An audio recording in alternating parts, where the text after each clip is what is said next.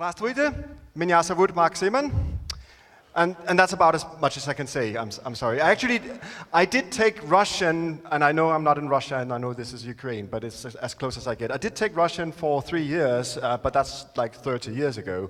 So the only thing I can remember is saying my name, basically. But it probably come back. So if you talk about me behind my back, I may actually understand what you say. So watch out for that. But apart from that, I'm gonna do the rest of the talk in English. Right, if you want to know more about me, there's information there on blog.plur.dk. I'm on Twitter at plur, so let's not spend any more time with that. So quite a few years ago, I wrote a book called Dependency Injection in .NET. It was published in 2011, and since the title of this talk is From Dependency Injection to Dependency Rejection, you may be excused if you think that what I'm going to do now is to reject everything that I wrote those 6-7 years ago, which is not going to happen. I'm actually quite happy that I wrote that book. I think it's a good book. There is a second edition in the works, by the way, at the moment. It's probably going to come out next year. And I think that if you're trying to solve problems of loose coupling, separation of concerns, testability, and you're working with object-oriented programming like in C# or on Java, dependency injection is a perfectly well understood and battle-tested way in order to solve those kinds of problems. So I'm not going to reject anything that I wrote in that book. I think it still holds. But since then, I've become increasingly more interested in functional programming. Some people who know both of these things about me, then they sometimes ask me, so how do you do dependency injection in functional programming? So that's actually what this talk is about. And what's going to happen here is that I'm going to say some things that if you take them out of context, they may sound a little strange, taking out of context. So what I'm going to start doing here is just to tell you what the conclusion of the talk is going to be. So first of all, just to be sure that everyone understands this, if you're doing object-oriented programming with C# or Java or similar languages, dependency injection is a well-understood way of achieving goals of separation of concerns, testability, and so on. If you're doing functional programming, on the other hand, how you solve the same problems depend a little bit upon about which sort of functional programming you're actually doing. If you're using non-strict languages, like, for example, F# that we're going to look at it in a moment, you can use something called partial application. And if you don't know what that is, that's fine, I'm going to tell you. But we'll also figure out that when we look at this, it turns out that that's actually not a particularly functional thing to do. And for those of you who already know what partial application is, you'd say, but partial application is very functional, and it is, but just not used in this way. And I'll tell you why that is as well. So once we've debunked that this may not actually be an appropriate thing to do in functional programming, we need to establish an alternative, so I'm going to talk a little bit about something called function composition. And that's basically also the agenda for the talk today. So this is where we're going. And don't worry if you didn't understand all of this. My goal here is to give you an outline of what all of this means. Right, so we're going to start with dependency injection and just do a brief overview of why dependency injection tends to look the way that it does. So what's dependency injection? Well, if we have to believe Runa Bjarnason, it's just a pretentious way of saying taking an argument. And there is some truth in that, but I think it's a little bit more specific than this. So we'll start by understanding exactly what is meant by this. So in order to understand all of these things, I think we need to look at some examples. So I'm going to look at the same scenario all the way through this talk, but I'm going to rewrite the code in various different languages. So the scenario is my favorite scenario, that of an online restaurant reservation system. So what you can do is you can imagine that you go into a website or an app or something and you want to make a reservation at a restaurant, and there's a form and you fill in the form with some data, and oh, by the way, this is my real email address. You know, all the spammers already have my email address, so you might as well have it as well. You know, you're welcome to write. So what's going to happen when you press the submit button is that it's going to take all that data you filled into the form and create a JSON document out of that, and then it's going to do an HTTP post against some sort of web service. Some people might call that a REST API. So what we're actually going to look at is how you implement the endpoint that receives that JSON document. And just to keep things simple, we're just going to go through 5 steps. So the first step is to validate the incoming JSON document. It might be malformed. If we can validate it, we're going to query our database to figure out, okay, so which reservations do we already have for this particular date or time slot. And once we have that information, we can make a business decision. Okay? Once we have made the business decision, we can save the reservation into the database, but only if we decide to accept the reservation. And then we'll create a response. So there are some short circuits that may happen. If validation fails, we can't create a response. Also, if we decide not to accept the reservation, we'll also skip that step, but we always need to create an HTTP response. Okay, so those are the 5 steps that we need to go through. Right. So how would we do that? So we'll start with looking at what it looks like in object-oriented code with dependency injection, because that'll give us an idea about, okay, why does dependency injection look the way that it actually does? So when we're starting with the object-oriented programming, we probably start with a class, and in this case, the class is called reservations controller, and it inherits from a base class, and what exactly that base class is not really important. It's a web framework, but it's not really important for this particular example. So in order to handle that incoming JSON document, I can add a method called post. And what that post takes as an argument is something called a reservation request DTO. So DTO is for data transfer object, a design pattern described by Martin Fowler a couple of years back. And basically, it's just a dumb object. It just contains the information that's already in the JSON, but as a C# representation. So that's fine. All right. So what we're really trying to figure out here is whether or not dependency injection is just taking an argument.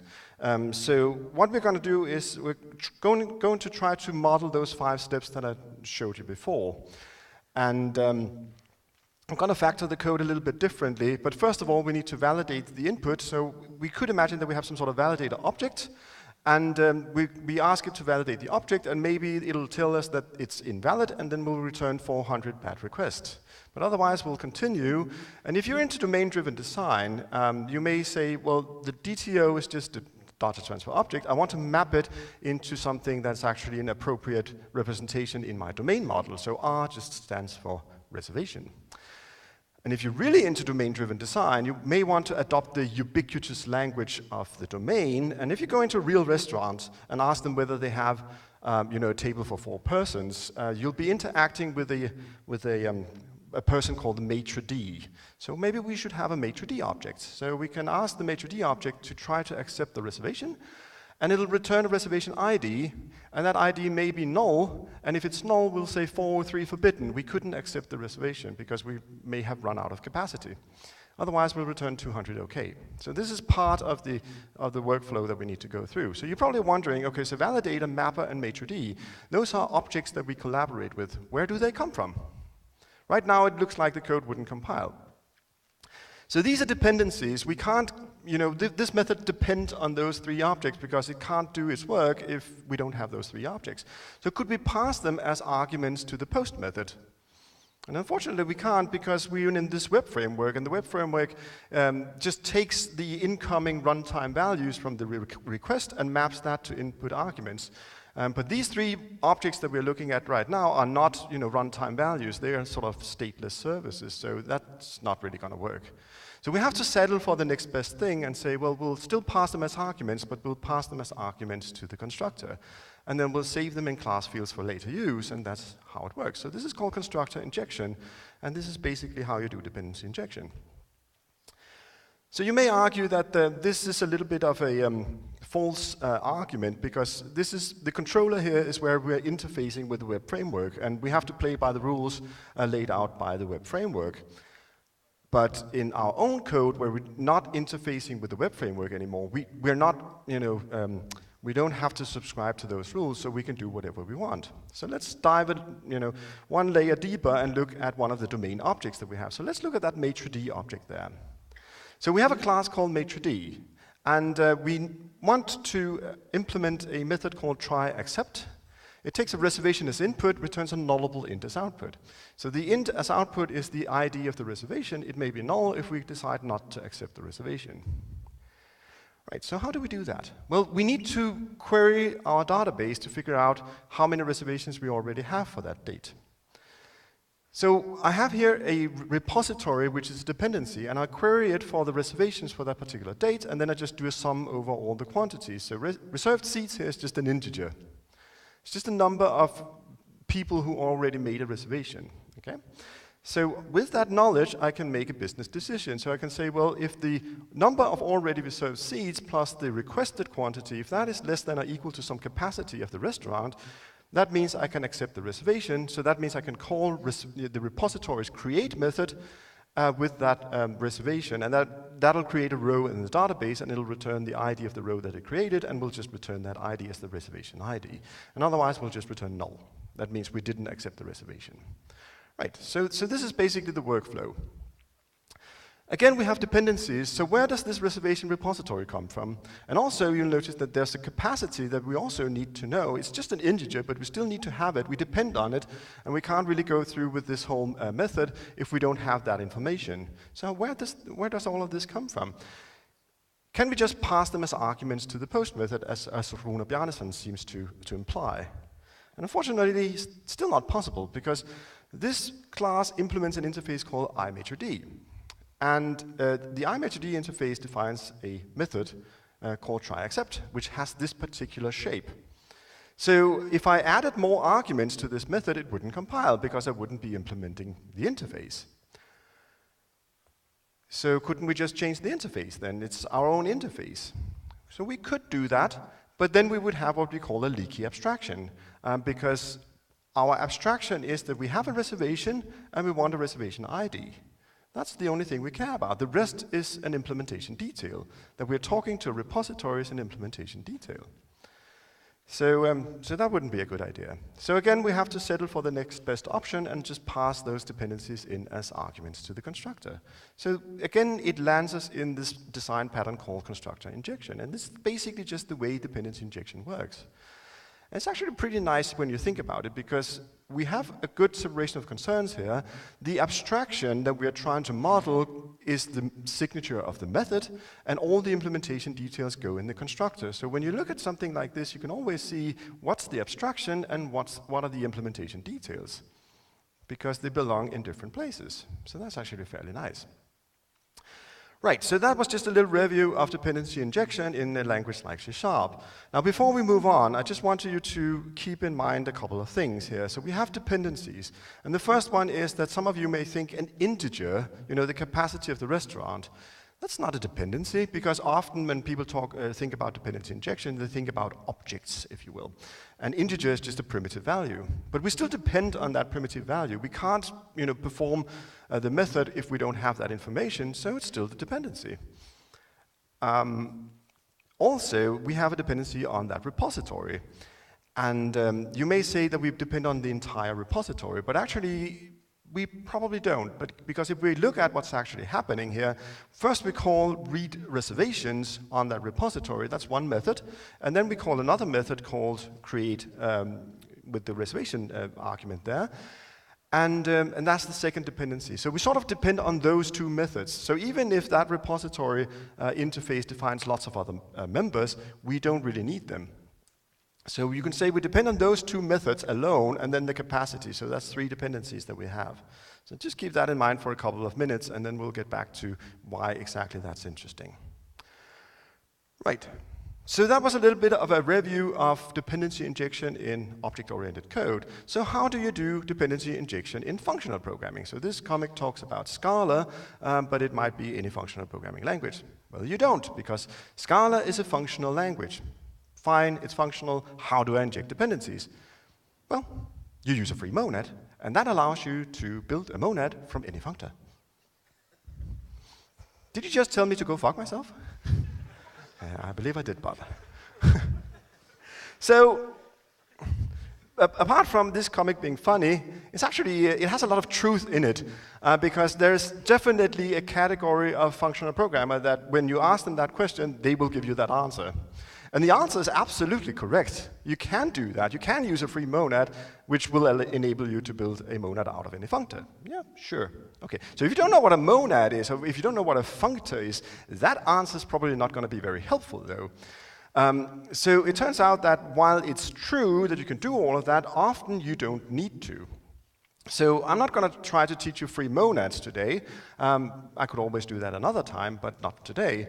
What I want to say instead is that in my experience, most of the scenarios that you encounter in many sorts of development, you don't really need to do that. You can do something that's much simpler. So I'm just going to go with the simple solution instead of the free monad solution. So if you ask an F-sharp programmer, for example, so how do you do dependency injection in F-sharp?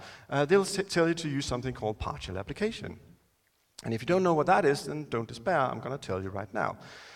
So what we could try to do is we can try to rewrite that maitre-d object and its try-except method in F-sharp. So that's what I'm going to do. So I'm not assuming that you're already all able to read F-sharp code. So I'm going to talk you through the code here to the level where you need to understand what's going on. So this is the beginning of some F-sharp code, and right now it doesn't compile because I haven't completed the code yet. But it says let try-except. So that basically means here's a function, it's called try-except. So this is basically the same thing as the try-except method that you had in the C# example before. Here's just a function, and you can imagine that the function is a function that belongs to a module called maitre-d. And then it says capacity, read reservations, create reservation, and reservation. Those 4 words are arguments to the function. So in F# we don't put brackets around and commas in between, they're just function arguments. So it takes four arguments. And I tried in the comments above to give you a hint of what the types of each of those arguments are and the function itself. So they basically just go in the same order. So the first type is an int. So the capacity argument is an integer, just like the capacity dependency in the maitre-d object was an integer. Okay? So the next argument has brackets around it. It says datetime offset arrow reservation list. And this means it's a function. And in functional programming, you can pass functions as arguments to other functions. Functions are just values.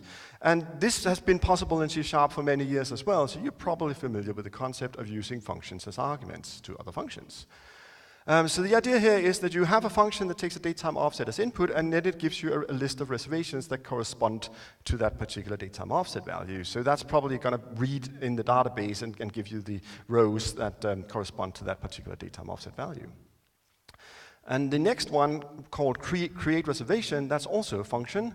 This is a function that takes a reservation as input and then returns an int as output. So that's probably something that could create a new reservation and give you an ID of the reservation back. So these 2 functions together play the same role as the repository did in the previous example. But just instead of defining an interface that has all of those methods on the interface, I'm just passing them as 2 separate arguments. And this is why I told you that the previous examples really has 3 dependencies, because those are the 3 dependencies that we're looking at here. And then the 4th argument is just the reservation that we're trying to make a decision about, and then it returns something called an int option. And an int option is sort of the same thing as a nullable int, it's just more type safe. So we like to use those options in F# instead of nullable things, because we really, really don't like nulls. Right, okay, so the workflow is basically the same as before. The first thing we need to do is to get the number of reserved seats. And the way we do that is we call read reservations, that function we passed in as an argument, with the reservation date. And then you'll notice that it says vertical bar greater than sign. And that's a pipe. And if you've ever done any sort of PowerShell scripting or Bash scripting, you're already familiar with the concept of a pipe. Basically, it means take the value of the expression on the left-hand side and use it as an argument for the expression on the right-hand side of that pipe. So in this case, we're calling read reservations with a reservation date. That returns a reservation list. We're then piping that returned reservation list into the next step in the pipeline, and that just means we are doing a sum over all the quantities. So reserved seats here is just an integer, just like it was always also an integer in the C# code. So basically doing the same thing. And I can do the same bit of business logic where we can say, well, do we accept the reservation or not? And in the then case where we accept the reservation, you'll notice that we call create reservation, which is the other function argument, and that function returns an integer, that's the ID that was created in the database, and then we pipe that into sum. And sum means this is an int option that has a value. There are two cases in options, some and none. And some means there's a value, and in this case the value is an integer. And in the else case it returns none, which means we decided not to accept the reservation, so there's not going to be any integer.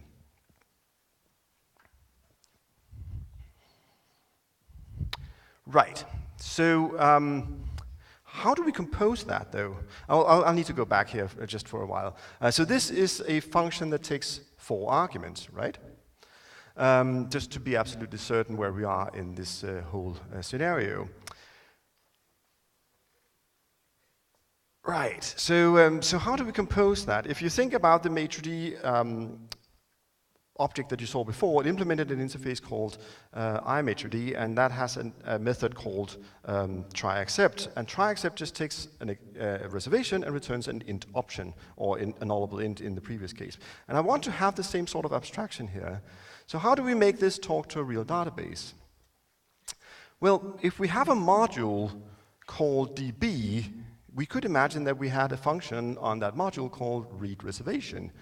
And readReservations is a function that takes 2 arguments and returns a reservation list. So the first argument is a string, that's a connection string, and the second argument is the datetime offset that we want to query about, and then it returns a reservation list. So basically it's going to do a query into the database. Now what we can do is, although it looks like a function that takes 2 arguments, we can do something called partial application. So if you already have a connection string that you've read from a configuration file or something, you can call the function that takes 2 arguments with only one of the arguments. So you can call it with a connection string there, and what you get back is a new function that's waiting for the argument that you didn't supply. So it remembers the argument you already called it with, but it's waiting for the datetime offset value that you may want to give it. And you can do that as many times as you want to. So this is called partial application. We've partially applied the readReservations function with the connection string, and that gives us a new function back.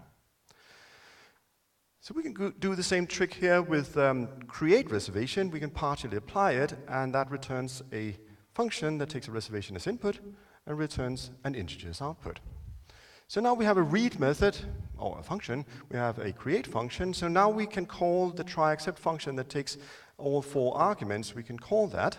So I just call try_accept 10. So I just hard-coded the capacity of the restaurant. Very small, intimate restaurant there, only seats 10 people. It's an easy number to think about, though. And then you pass read, create, and then the reservation, that is the runtime value. That's also an argument to this composition here. And in F# we don't have any sort of explicit return keyword. So the last expression here just becomes the return value of the function. So that means, since try_accept returns an int option, this function also returns an int option. And this does exactly the same thing as you saw before in C#. It's just written in F# instead. So what we can do, though, is when we see that we have reservation on both sides of the equal sign there, we can perform something called an eta reduction. It's a little bit like in mathematics, where sometimes you can remove things that appear on both sides of the equal sign. You can do that here as well. So if you do that now, you can see in the last line of code there, it says try_accept 10 read create. So it's calling a function that wants 4 arguments, but it's only supplying 3 of those arguments. So this is a partially applied function as well. So we're using a lot of partial application here. When you compile this, you get IL. F# is a .NET language. If you try to look at this IL and decompile it into C#, this is what you get. You basically get a class out of it. It's funny, it's internal, it has a weird name and so on, and I even had to clean it up a little bit. But basically we'll see that what really happens here is that it's a class. The class has 3 class fields, the capacity integer, and 2 functions. And not only that, it has a constructor, and the constructor takes 3 arguments, and it saves those 3 arguments to those 3 class fields. That seems oddly familiar, doesn't it? And not only that, in the invoke method there on the bottom, it basically takes that try_accept function that we wrote before that takes 4 arguments, and it calls it with the 3 class fields and the runtime value that it gets in through the invoke method. It's dependency injection. It's constructor injection. Partial application in F# used in this particular way is dependency injection. It's not only sort of like the same thing, it compiles to the same IL. It works the same way. It's just a different way to express it, in semantics, but it does the same thing. So at this point you might say, well, all right, so now I have the answer to my question, how do you do dependency injection in functional programming, or at least in F#? You just do partial application, and there's your answer. Now, you may wonder though, is it functional? Maybe you don't care. If you don't care, F# is a very forgiving language. It's what we call a multi-paradigmatic language. You can do functional, you can do object-oriented stuff, and you can do all sorts of things. And basically, it's just a very productive language. But it's not. It doesn't force you to be functional. So maybe you don't care. But I'm the curious sort, so I'm sort of wondering, okay, so is it actually functional? This.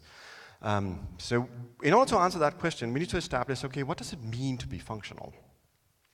So in functional programming, we have a thing called a pure function. We really like those things called pure functions. So what's that? So a pure function is a function there are rules about. There are two rules about pure functions. The first one is that for any given input value, it must always return the same output value.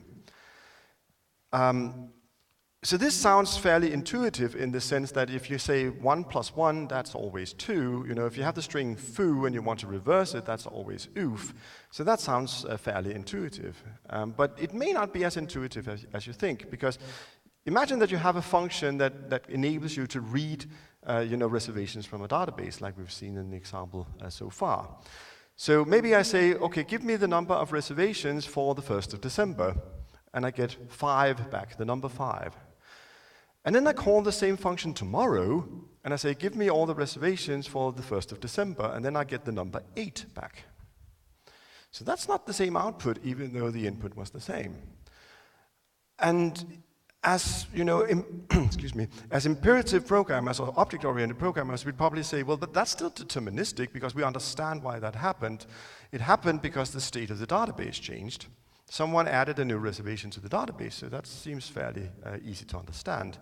And it is easy to understand, it's just not, it doesn't follow this particular definition of determinism. We don't consider that to be deterministic because the state of the database is outside of the function. So the function is not deterministic because it depends on outside state. So that basically means if you have a pure function, you can't read the contents of a database. You can't read the contents of files. You basically can't read anything that's outside of the function. All right, so that seems like quite a constraint already. Now, the other rule about pure functions is that it must have no side effects. So what does that mean? Well, a side effect is anything that changes the observable state of the system. So if you send an email, that's a side effect.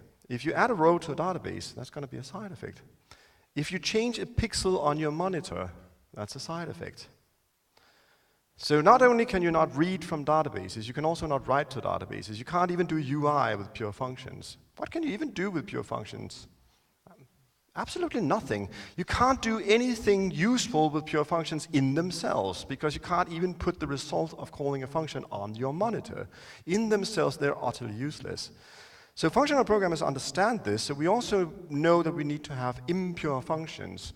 And functional programming is basically just the art of maximizing the amount of pure functions that you have and minimizing the other ones. Because pure functions have a lot of other good qualities that I'm not going to go into here, but they're really, really nice for lots of other reasons.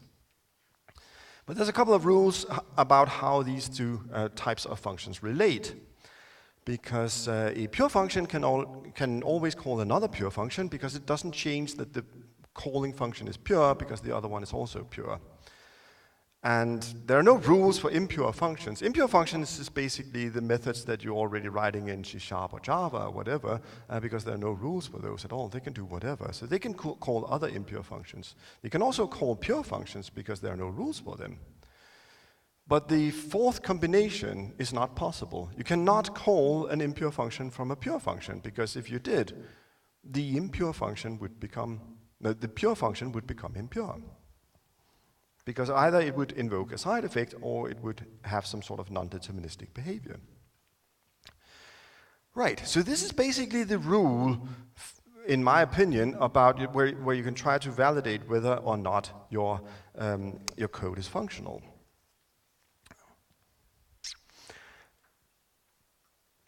So how do we figure out whether our F# code is functional? It'd be nice if there was some sort of sanity check we can just, a tool that we could run on our F# code to figure out whether or not that's the case, if it's functional or not, if it obeys the rule that pure functions cannot call impure functions.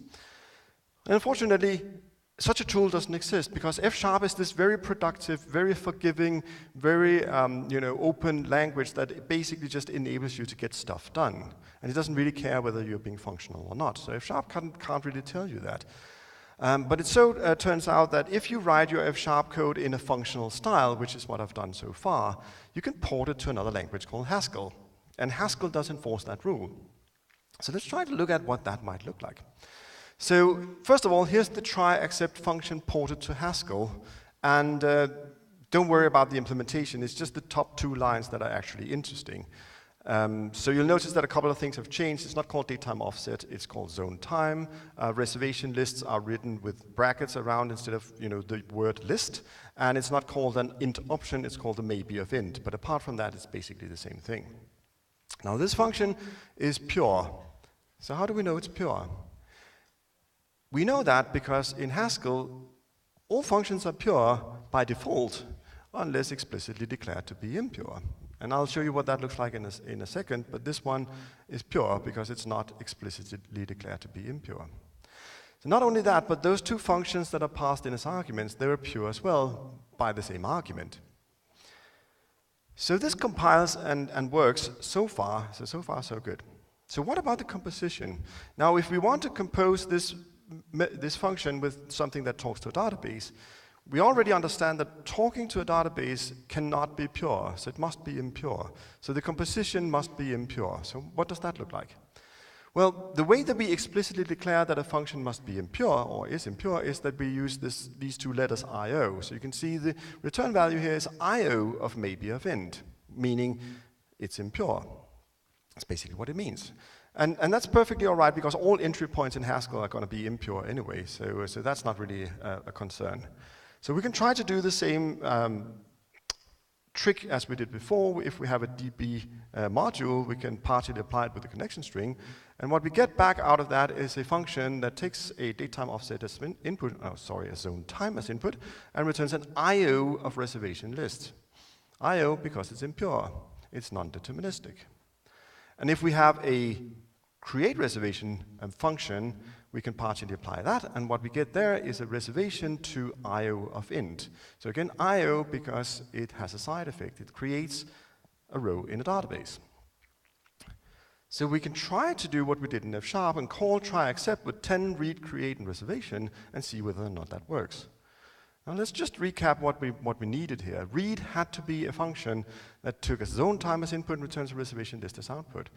And create had to be a function that takes a reservation as input and returns an int as output, which is not what we have. The functions that we're trying to pass as arguments there don't have the matching type. This doesn't type check. It doesn't compile. And you can't get it to compile because they're different types. And this is how Haskell enforces the rule that you cannot call impure stuff from pure stuff.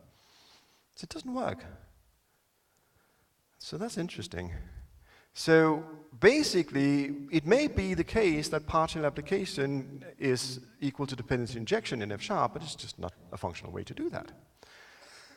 And in order to get an intuition about why that is, if you think about dependency injection, we often think about dependencies as a directed acyclic graph. So on the left-hand side there, you may have your root object, your entry point in your application, and that may be the controller, for example, that we looked at before. And the entry point of your application has some dependencies. So in this case, it has 2 dependencies. And those dependencies have dependencies as well, and so on. And in the leaf nodes, this is where you typically put your database queries and sending of emails or whatever else you need to do. But all of that stuff is impure. And if you have impure leaf nodes, you can't call those leaf nodes from the other nodes unless they're pure as well. So basically, having impure leaves makes everything impure. It's contagious. You know, dependency injection makes everything impure. And we don't really realize that when we're doing object-oriented code because it's not really concerned there, but it is concerned when we do functional programming. So we have to reject the notion of dependencies. We can't solve our problems of decoupling and testability and so on in that particular way. It's not going to work. So what can we do instead? Well, if you go back to basics and think about some of the first things you learned in programming, you learned to create reusable blocks of code, and we could call them units, but they would be procedures, they would be methods, functions, whatever your language calls them. And in most languages, units of operations have input and they produce output, like input arguments, return values, stuff like that. All right, so that's fine. Now, when you do dependency injection, you also have dependencies, like the maitre d' object that you saw before. So when you query a dependency, for example, if you ask it for the number of reservations for a particular date, you produce more input. We call that indirect input. And when you ask a dependency, if you add some data to a dependency, like if you ask a repository to create a new reservation, you produce what we call indirect output. And it's not a coincidence that I call this box a unit, because if you want to test it, you're doing unit testing. That indirect input and output, that's where you need to have your stops and mocks. So it's not that you can't unit test it at all, but it introduces an extra complexity into the test work that you need to do. So why do we do that? Why do we make it so complicated? Now, in statement-based languages like C# and Java, indirect input is often required because in the maitre d' example, for example, you need to make a decision on whether or not you can accept a reservation, and only if you decide to accept the reservation will you write it to the database. So you have to make a decision, and then you have to perform a statement or a series of statements that performs the work. So in those languages, the decisions and the effects that are caused by those decisions are coupled together. And it's hard to separate those two things. It's not impossible, but it's difficult. Now, in languages like F# and Haskell, separating a decision from the effect that it's going to cause is trivial. So what we can do is we can refactor the indirect output into direct output. And I'll show you what that looks like, and then we'll get back to the other example there.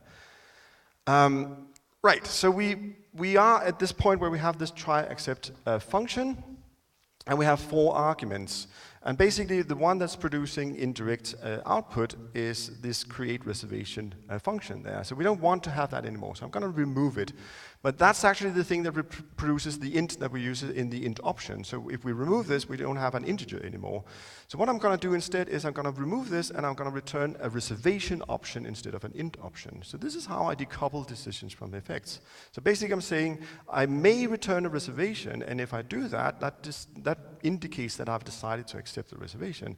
And if I return none, it means that I've decided to reject the reservation. And then I can always ask the caller to do something about that. So we can rearrange this a little bit because it actually fits on one line now. So, writing this out, we basically do the same thing as before. We just don't call the function that we just removed. And that means we just set, is accepted to true, and then we pipe that reservation value into sum if we decide to accept the reservation, and otherwise we return none. So it's either a sum reservation or a none reservation. Okay? So now it only has 3 arguments. So how do you compose this? Well, so what I'm aiming for here is a true refactoring. I don't want to change the behavior. I also don't want to change the abstraction. I still want to have something that takes a reservation as input, returns an int option as output. One thing I can do is I can just call the function with all 3 arguments. So try except 10, and then this partially applied function, and then reservation. And you'll notice that I'm surrounding that with match with, which means I can do pattern matching on the returned reservation option. And in the case where it's a none, I just return another none. In the case where it's sum, I can pull the reservation out of the sum value, and then I can call my create reservation function with that. That returns an integer. I'll put that into a sum case. So I'm mapping a sum reservation to a sum int, and I'm mapping a non-reservation to a non-int. So this does exactly the same thing as before. And we do this in functional programming all the time, so we have a shorthand for that. We just call it option map. Okay? This is actually a functor. And we can rearrange things a little bit more. I can do eta reduction. It's not really important. I can also move the reservation around. I don't have time to talk about that. Right, so that's actually, this does exactly the same thing as before. So that gets rid of the indirect output. So how do we get rid of the indirect input? Now in this case, what the maitre-d object is doing is just always calling getting the reservation list for a particular date time. Why don't we just refactor that to direct input and say it's the caller's responsibility to gather that data? So if we do that, you'll notice there are no more connections between the unit and the dependencies. So now we can reject the dependencies. So if you're doing unit testing, you don't need any mocks or stops anymore. It just becomes much more simpler. And now the unit basically can become pure. So the way that this works is that the indirect input there is the function called read reservations. And basically, I want the reservation list, but I don't care to call the function in order to get it. So I'm just going to remove the input argument from the function. And now it's no longer a function, it's just a value. And it's a little bit weird, it's called read reservations if it's just a value. So I'm going to rename it to reservations. And then we can do the implementation basically the same as before. I'm just doing a sum over the quantities of the reservations and returning the reservation if I decide to accept it or not. All right. So how does this compose? So I'm still doing a refactoring. So what I'm going to do now is I'm going to start with the reservation date, and I'm going to pipe that into read reservations partially applied with the connection string.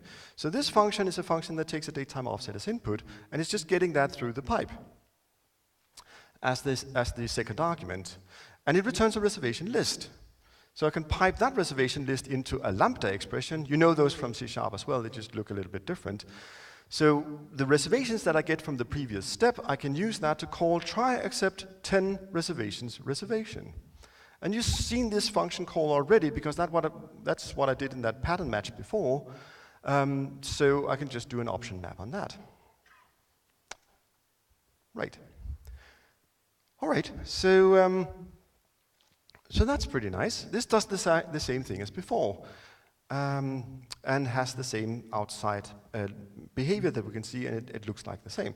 So we can do a little bit of cleanup here, and I'm not going to talk you through too much of that, but basically I don't like to have this lambda here, and I don't really have time to talk about this, but I can introduce a function called flip, which is not in the F# core library, but actually is in the Haskell library, and that means I can flip the arguments around, and then I can make something called an eta reduction again, and then it's much prettier.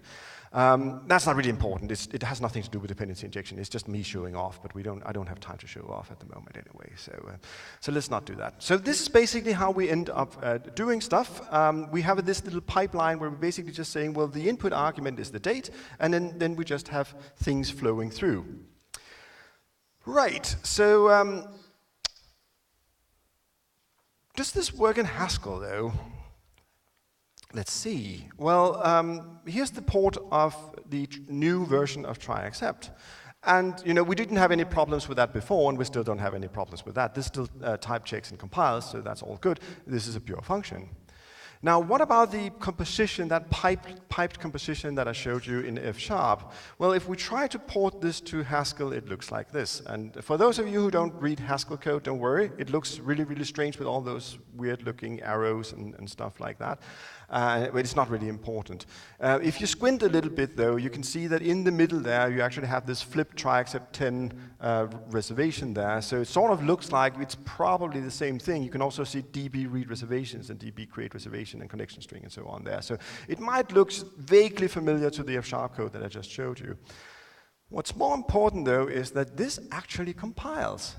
Yay! And what happens here is that the reason why this works is because we're in the entry point of the application, or close enough to the entry point of the application, and the entry point of a Haskell application is always impure. And the rule about impure code is that there is no rule about impure code. You can do anything, including calling pure functions. So what I often find when I write Haskell code is that I have a core of pure stuff sitting there in the middle of my entry point. But before and after that, I have some impure stuff going on. So this is a way that a Haskell application often tends to architect itself. It just falls into that pit of success. That's basically what happens. It's almost like the arrange, act, assert pattern when you do unit testing. You first need to arrange all your data, and in this case, you just pull all the data from all sorts of various impure sources.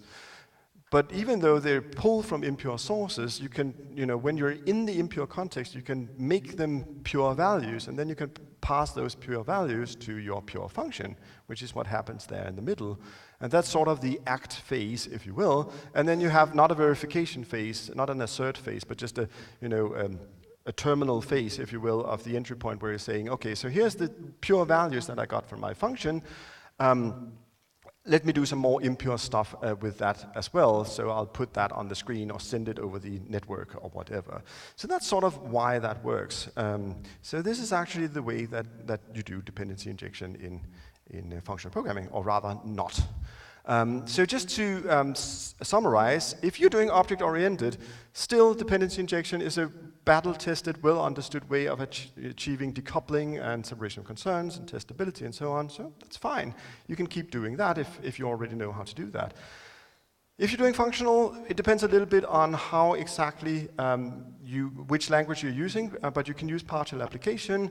In F#, for example, that works beautifully. That's basically the same thing as dependency injection. We just need to realize that it's not really functional. Partial application is functional. Used in this way, it's not.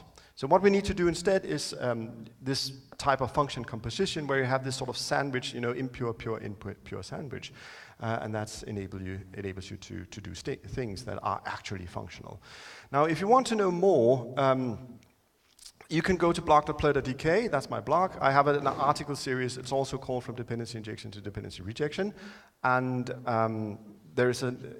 you can see all the code there, and there are links to GitHub repositories where you can play with that and so on. So there's lots of information to be gained there. And also there's an article series about free monads if you want to read that one. So with that, I am done. I think I may have time for a couple of questions. Do I have time for questions? Yeah, we have several minutes for some questions. So right. Please, if you have any question, raise your hand and I will give you a microphone.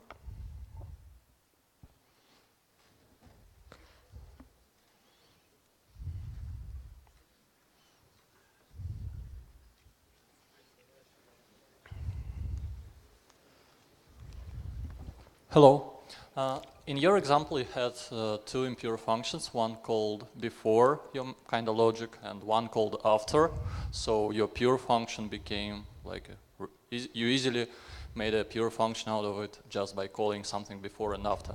What happens if you have like three impure functions, one of them called in between of your logic, and you don't really want to call the side effects unless some preconditions are met or something like that? Because it sounds like you will have to create pure function doing the first half of the job, then create another pure function doing the second half, and how to make them make sense. Right, so there's nothing stopping you from, at the entry point of your application, of interleaving pure and impure stuff. You can do it more than once if you want to do that. But it's just, it does create a little bit of logic in the entry point, and maybe you're not going to be able to unit test that logic. In my experience, though, you can often redesign your code in such a way that you don't really need to do that, but it really depends on what sort of application you are developing. So I'm not going to go into the answer to this is actually quite long, and I can't really spend too much time on that. But I'll be in the experts corner, by the way, from 12 to 1. So we can always talk about it there. But the brief summary of the answer is that there's a large class of applications, like everything that's basically request-based, like web applications and message queue-based applications, where you often have to do something and you have to do it quite fast, and then you need to get out of that operation again. And this pattern that I showed you here fits those types of applications very well. Almost all the time. I'm not saying all the time, but almost all the time. And then there's another set of applications like GUI-based application that runs for hours where this pattern actually doesn't fit. And this is where you probably have to fall back into either free monads or MTL style and so on, but that really depends on what language you're using. So that's the summary of the answer to that question, but I'll be happy to elaborate. But I also have blog articles that talk about that. But I hope that was enough answer for now, and we can always talk later on if you want to. Yep, so we have time for one more question. Yeah.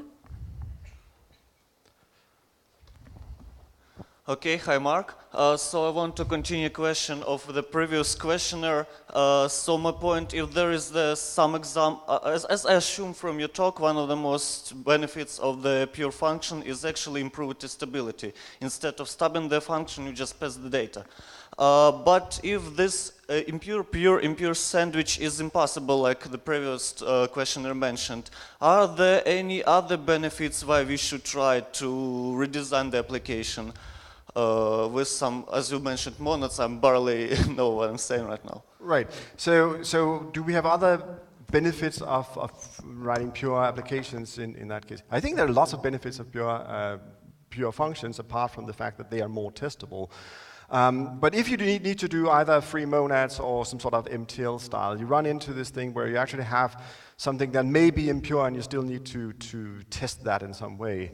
There are ways to do that.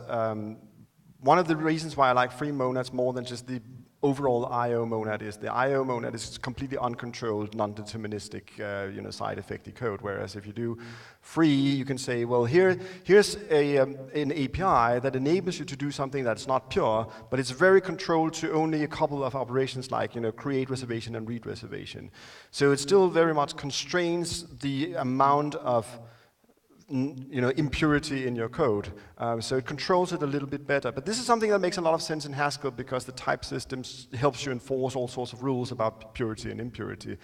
And in F# or other non-strict languages like Clojure, for example, that probably doesn't make sense. So it really depends on exactly what environment you're in. But again, it's a very long discussion, and I don't want to waste everyone's time on that. But I'm happy to continue this discussion afterwards if you want to.